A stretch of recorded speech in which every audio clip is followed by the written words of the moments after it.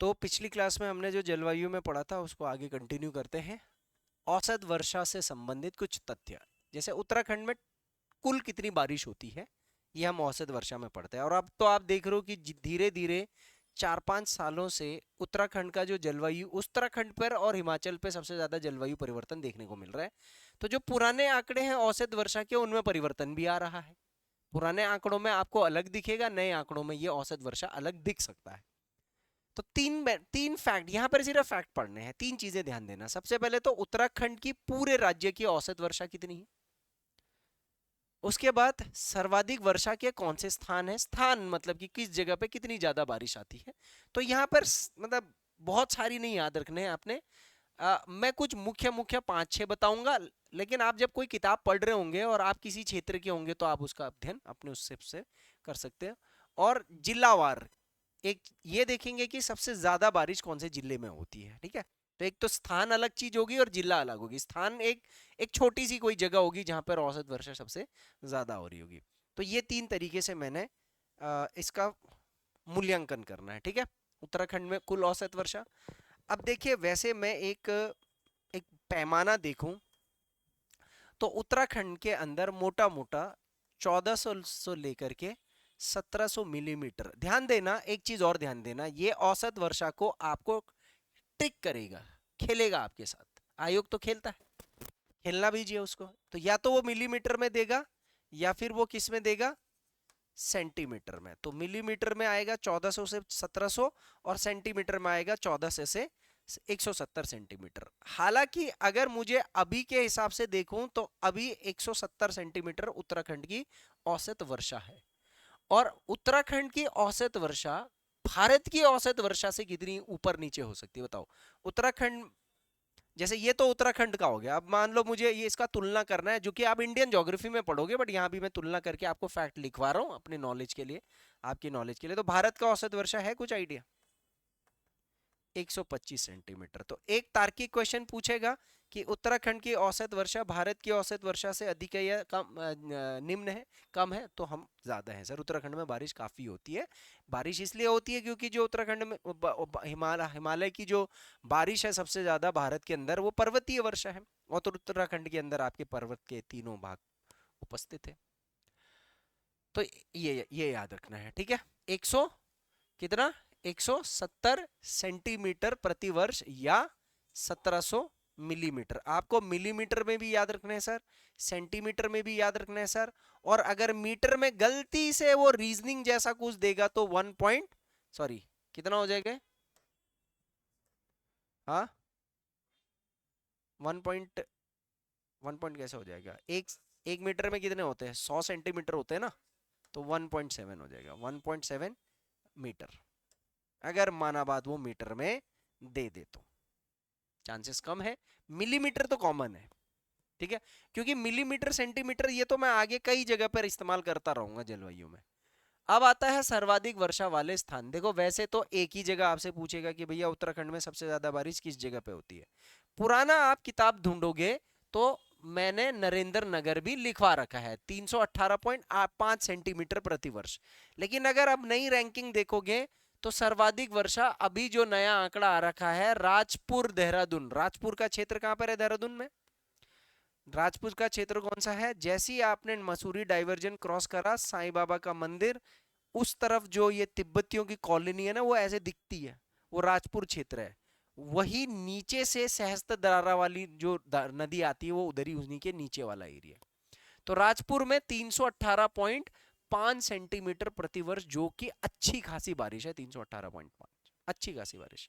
नरेंद्र नगर में अभी 318 सेंटीमीटर है। औसतन तो वैसे नरेंद्र नगर ही, मतलब कई सालों का औसत निकालोगे तो नरेंद्र नगर का ज्यादा निकलेगा। तीसरे नंबर पर आता है नैनीताल, जहां पर 270 सेंटीमीटर प्रति वर्ष की बारिश आ रही है। उसके बाद आता है चौथा मसूरी। देखो मसूरी में भी ठीक ठाक बारिश है, 242.5 सेंटीमीटर प्रति वर्ष। और उसके बाद देहरादून के अंदर है 230। अब आप एक चीज देखो, ये राजपुर जो है, राजपुर, देहरादून और नैन ये मसूरी, ये तीनों हिस्से कौन से जिले के हैं, मूल रूप से देहरादून जिले की हैं। तो देहरादून में बारिश बहुत ज्यादा है। अब आप देख लो 3 महीने से बारिश हो रही है, ये पूरी छत काई बन गई है। 1 पॉइंट लीक, जहां से हल्का सा भी रहा होगा कमजोर आपका हल, मतलब आपका जो प्लस्तर जो है वो, उसमें छेद नहीं है कहीं पर, लेकिन कमजोर है सीमेंट और उसका रेशो कम है, पानी आने लग जाएगा अंदर, सीलन आ जाएगी। इस साल काफी लोगों के घरों में सीलन वहां वहां आ रही है जहां कोई सोच भी नहीं सकता था, 10-10 साल से नहीं आ रखी थी, जहां 20-20 साल से। तो ये तो हो गया सर उत्तराखंड में सर्वाधिक वर्षा। पहले नंबर पर राजपुर, मतलब मूलतः दिमाग में डालो ना, 3 जगह तो देहरादून की है। पहले पर राजपुर हो गया, दूसरे पर नरेंद्र नगर हो गया, तीसरे पर नैनीताल हो गया, चौथा मसूरी, पांचवा देहरादून खुद हो। अब सवाल आता है कि जिलावार सबसे ज्यादा बारिश कौन से जिले में होती होगी और सबसे कम कौन से जिले में होती होगी।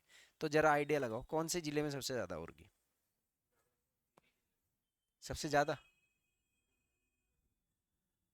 अच्छा तो वो टिहरी तो एक ही आया है यहाँ पर, देहरादून के कितने हैं।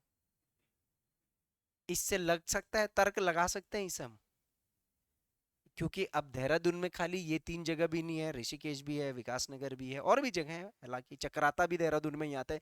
जिले के हिसाब से तो हम सारी चीजें देखेंगे ना। और टिहरी में नरेंद्र नगर है, तो टिहरी में और भी कई सारी जगह हैं।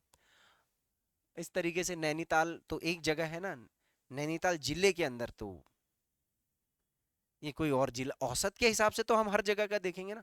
चलो ठीक है, सबसे ज्यादा नहीं पता लग रहा है, सबसे कम पता लग रहा है। हम्म? सोचो, कुछ तुक्का तो मार दो उत्तराखंड के बारे में, 13 ही तो जिले हैं, कोई भी नाम फेंक दो।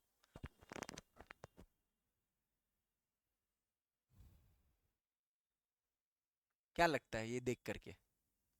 चलो मैं हिंट देता हूँ, सबसे ज्यादा वाला जो जिला है वो शिवालिक बेल्ट पर है। शिवालिक और लघु हिमालय वाले बेल्ट पर है, मतलब शिवालिक तो पूरे पर बारिश बहुत है, याद है मैंने वो बताया था ऐसे वो। और फिर लघु हिमालय के दक्षिणी ढाल पर है, तो उसका लघु हिमालय भी पड़ता है उसके अंदर और शिवालिक भी काफी पड़ता है। देहरादून सर्वाधिक, और सबसे कम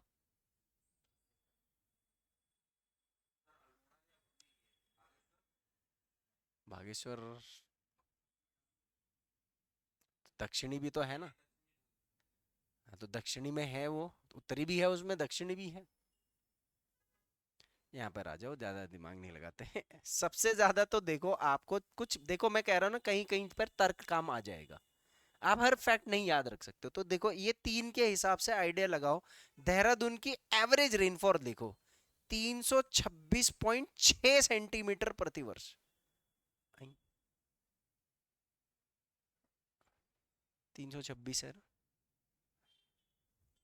हम्म, एक सेकंड ना, कोई नहीं, अभी से ही लिखो, मैं एक बार क्रॉस चेक कर लूंगा, ठीक है। पर जिला देहरादून है, और सबसे कम हरिद्वार, हरिद्वार का बहुत ज्यादा कम है देखो। हरिद्वार में तो बारिश ही नहीं लग रही, 40.67 सेंटीमीटर पर ईयर। सूखा एरिया, बस नहर पे टिका हुआ है। निम्न गंगा नहर, ओ सॉरी, हरिद्वार में कौन सी नहर है, अपर गंगा कैनाल, ऊपरी गंगा का कैनाल, ये वाला एरिया, ठीक है। जिलावार बारिश। अब ये है मास्टर डायग्राम।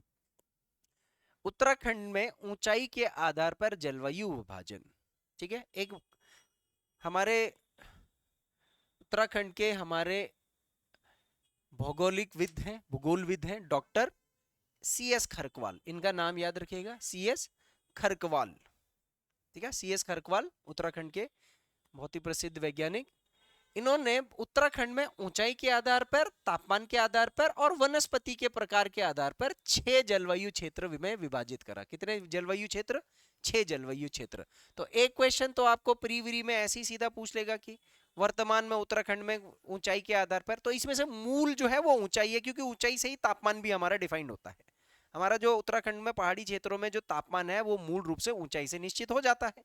तो ऊंचाई, तापमान हो या फिर वनस्पति हो, तो 6 प्रकार के यहाँ पर जलवायु क्षेत्र हैं सी एस खरकवाल जी के अनुसार।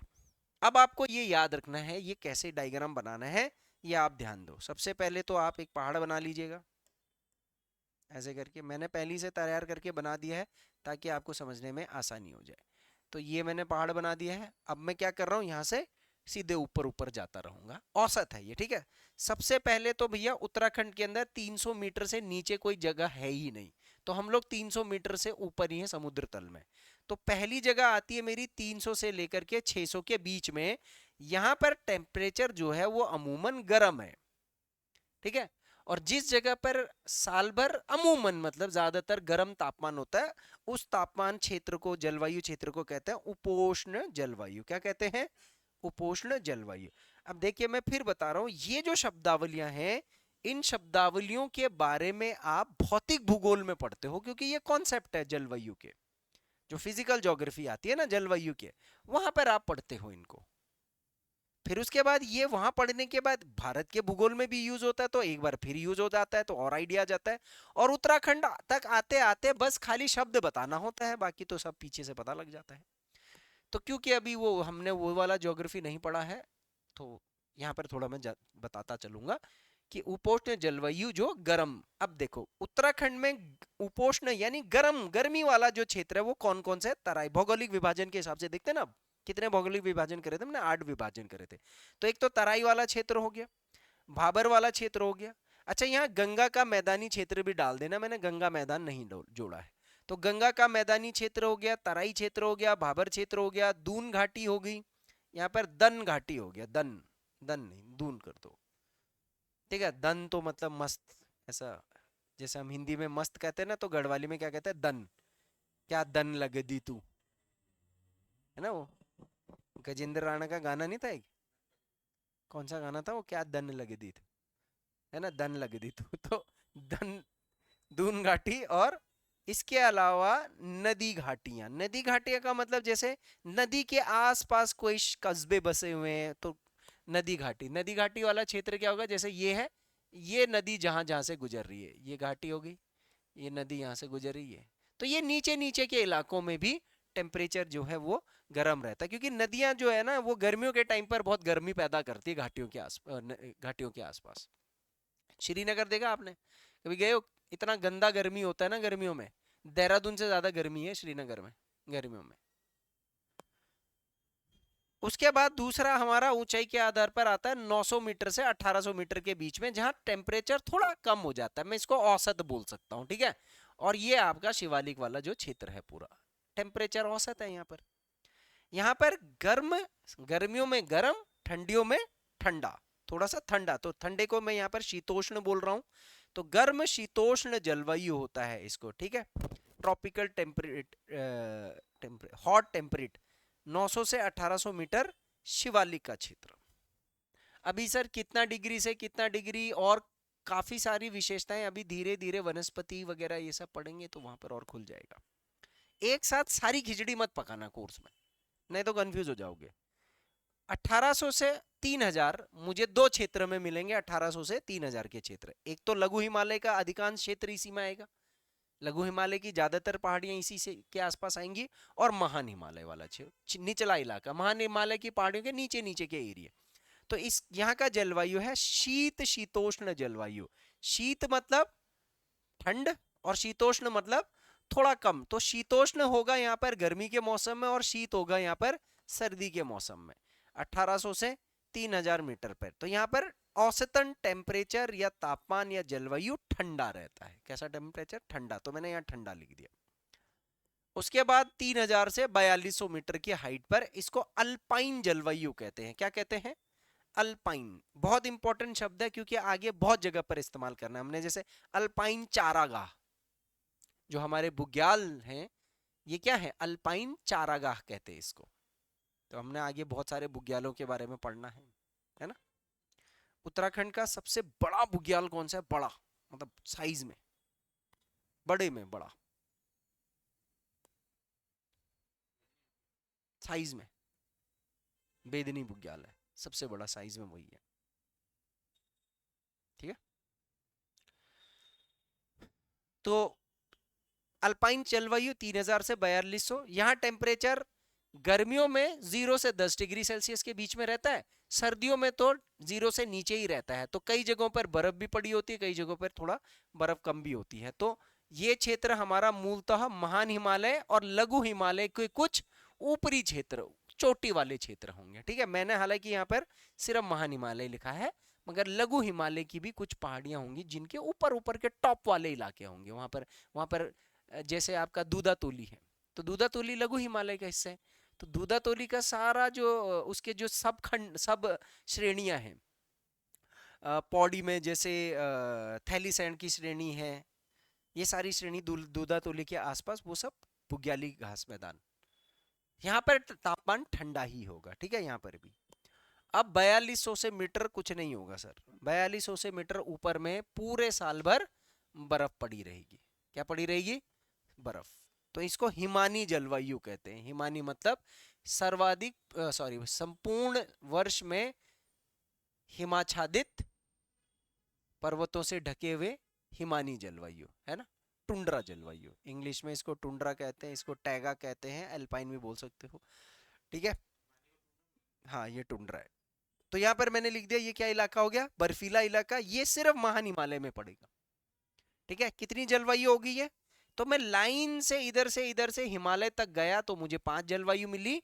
अब एक हिमालय के पीछे मुझे कौन सी जगह मिलती है? ट्रांस हिमालय। तो पीछे चला गया मैं। यहाँ ट्रांस हिमालय में उत्तराखंड में 2500 से 3500 के बीच का आपको जलवायु याद रखना है। शीत शुष्क जलवायु। इसको मैं शीत शुष्क बोल रहा हूं और इसको मैं शीत शीतोष्ण बोल रहा हूं।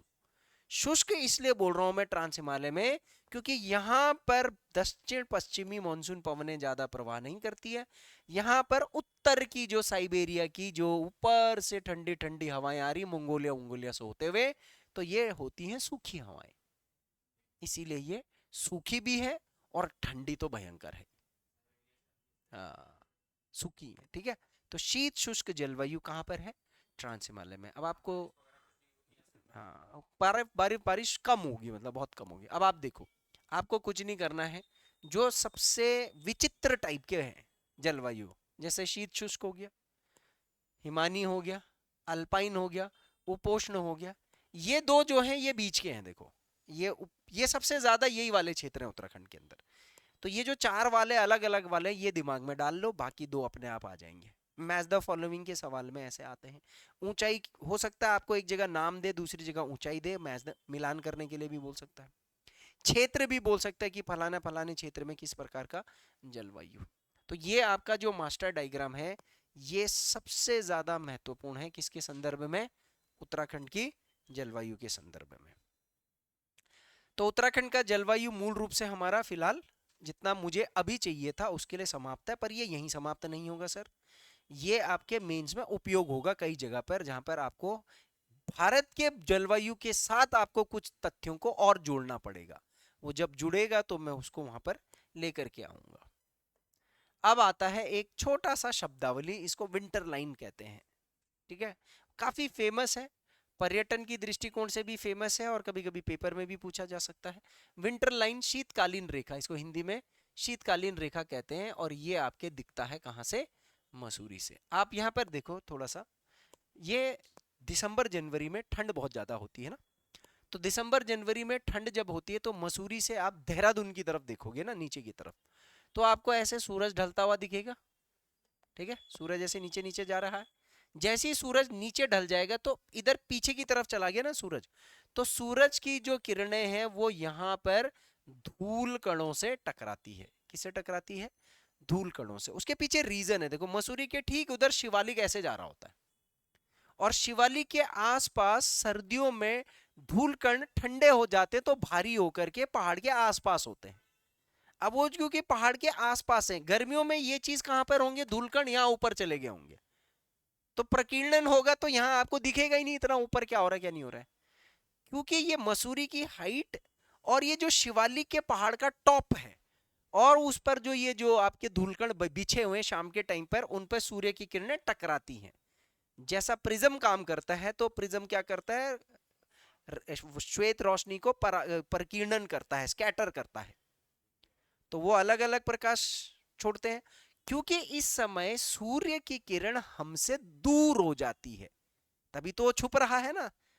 तो हमारे और सूर्य की किरण, ये धूलकण और सूर्य के बीच में जो दूरी है वो ज्यादा होने के कारण धूलकण प्रकीर्णन के द्वारा दीर्घ तरंगे उत्पन्न करते हैं, जो लाल, पीली, ऑरेंज, ग्रे, ब्लू, ऐसे वाले। हाँ, विबग्योर है ना, तो विबग्योर के अंदर वॉयलेट जो है वो सबसे डार्केस्ट है। हाँ हाँ, पूरा स्पेक्ट्रम दिख जाता है। और और ये तो आपको खुले आंखों से दिखता है। यहाँ पे 4-5 कलर का कॉम्बिनेशन बनता है। देखो ऊपर, सबसे ऊपर येलो होगा, सबसे ऊपर येलो होगा, फिर ऑरेंज होगा, फिर रेड होगा, फिर ग्रे, नीला होगा, फिर ग्रे कलर होगा। तो अलग अलग रंगों का एक सुनहरा दृश्य दिखता है। इसको विंटर लाइन कहते हैं। ये दुनिया में सिर्फ 2 जगह होता है। कुछ लोग बोलते हैं नैनीताल में भी होता है, बट नैनीताल का स्पष्टीकरण उतना है नहीं, मैंने लिखा हुआ है। लेकिन ये वर्ल्ड में ऐसा बोला जाता है 2 ही जगह मिलता है। एक तो उत्तराखंड के मसूरी में, और दूसरा स्विट्जरलैंड में देखने को मिलता है। ठीक है, तो अब क्या है इसकी थ्योरी देखते हैं। सूर्यास्त के बाद के समय शाम को दिखने वाली एक अद्भुत रंगीन लाल, केसरी, नीला, भूरा आदि रंगों का वायुमंडलीय दृश्य है। ठीक है, कैसा दृश्य है ये? वायुमंडलीय दृश्य है। इसका निर्माण सूर्य की किरणों का धूल कणों पर प्रकीर्णन के कारण होता है। अब देखो, मैंने इसमें बहुत थ्योरी नहीं लिखी है कि ठंड के कारण जो धूल कण है वो भारी होकर के थोड़े निचले जलवायु मंडल में वो तैरने लगते हैं, तब वहां पर सूर्य की किरणें, ये मैं बस खाली समझा रहा हूँ। कहाँ पर दिखाई देता है? मसूरी, नैनीताल या स्विट्जरलैंड। वैसे उत्तराखंड में मसूरी ही याद रखना। और केवल कब दिखाई देगा? दिसंबर और जनवरी में, सर्दियों के टाइम पर। और ये कितनी देर तक दिखाई देगा? जितनी देर तक सूर्य पूरी तरह से अस्त नहीं हुआ। 15 से 20 मिनट, 25 मिनट तक मैक्सिमम। इसके लिए वो लगा नहीं रखे मसूरी में, वो बहुत सारे टेलीस्कोप लगा रखे देखने के लिए। टूरिस्ट देखते हैं। 100 रुपये या 150 रुपये लगता है एक बार में देखने का, बताओ सोचो। ये टूरिस्ट स्पेस पे भी कुछ कुछ चीजें कैसी हो जाती है ना। मैगी खानी है, 100 रुपये।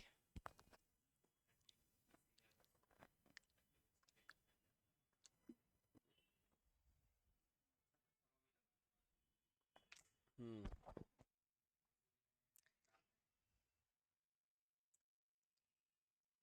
तो ये है आपका विंटर लाइन। जलवायु हमारा समाप्त। इसके बाद आपदा पकड़ेंगे। अब सबसे पहले इंपॉर्टेंस के बेसिस पर आपदा टॉपिक करूंगा मैं आपको, ठीक है। इसको आज फिर यहीं सीमित कर देते हैं।